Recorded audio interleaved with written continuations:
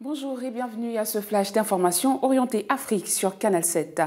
Ouvrons cette édition avec cette information en bref et en images. Le président de la Centrafrique, Faustin Archange Touadéra, a été reçu pour la première fois par son homologue français François Hollande à l'Élysée ce mercredi 20 avril.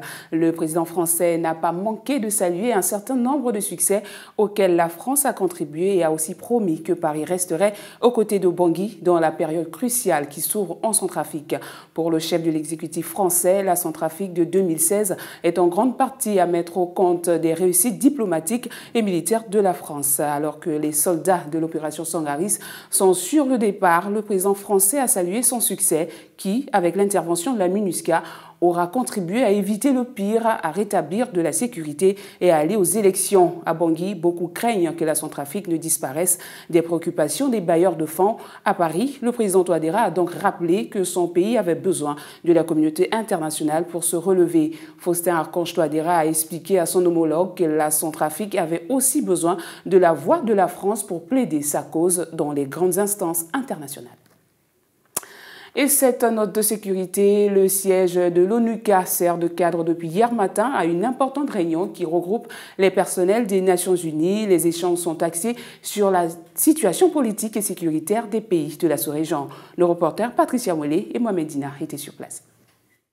Promouvoir la démocratie en Afrique centrale dans un contexte de terrorisme qui menace le continent, ce à quoi s'attellent les personnels des Nations Unies. C'est une réunion que nous organisons chaque année pour réfléchir à partir d'un thème particulier sur les évolutions dans la région.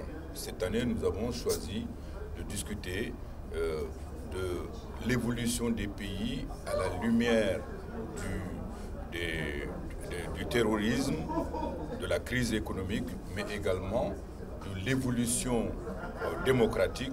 Les tensions nées d'élections sont souvent l'occasion pour l'UNOCA de suivre le déroulement du processus électoral, de contribuer à la paix et au consensus des différents acteurs. Que ce soit au Tchad, que ce soit au Congo, nous avons toujours joué ce rôle en amont. Il faut interpeller aussi la conscience morale des dirigeants à tous les niveaux, à la fois ceux qui sont au pouvoir que ceux qui sont dans l'opposition. Et dans ce contexte, la République centrafricaine reste un exemple de taille en Afrique centrale. Par exemple, en Centrafrique, il y a eu un sursaut de responsabilité et de prise de conscience au niveau des responsables centrafricains. Les Centrafricains, toutes tendances confondues, ont pris conscience de leurs responsabilités. Une démarche sous-régionale intégrée est gage de paix et de sécurité en Afrique centrale pour une démocratie véritable qui contribuerait au développement des pays. Au Soudan du Sud, Riek Machar a de nouveau repoussé son retour à Juba. Le premier vice-président désigné devait prendre ses fonctions dès son arrivée, étape cruciale de l'accord de paix signé entre l'opposition et le gouvernement du président Salva Kiir. Des précisions de Dina Koussou. Même scénario le mardi 19 avril comme le jour précédent. La presse et les officiels ont patienté des heures à l'aéroport de Juba, guettant l'arrivée imminente du vice-président sud-soudanais Riek Machar.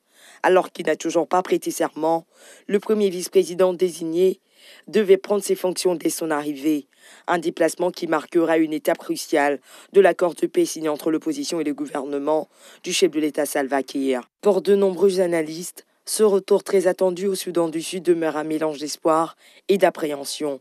Mais hier soir, la confusion régnait toujours et les informations étaient contradictoires quant aux raisons de ce nouveau retour manqué. Alors que le camp Machar parle de problèmes logistiques, le gouvernement sud-soudanais, quant à lui, a une autre version. Lors d'une conférence de presse, le ministre de l'Information a affirmé que Riek Machar aurait exigé de rentrer avec 200 hommes et un arsenal comprenant des missiles à visée laser et des mitrailleuses lourdes, ce qui contreviendrait aux dispositions prévues par l'accord de paix signé en août 2015. Dans tous les cas, le retour de Riek Machar est censé permettre la mise sur pied d'un gouvernement transitoire d'union nationale devant conduire à des élections dans les 30 mois et à l'application de l'accord de paix signé le 26 août 2015.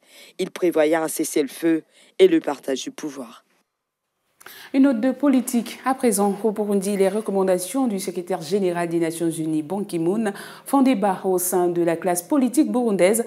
Pendant que le pouvoir désapprouve, l'opposition salue ces annonces.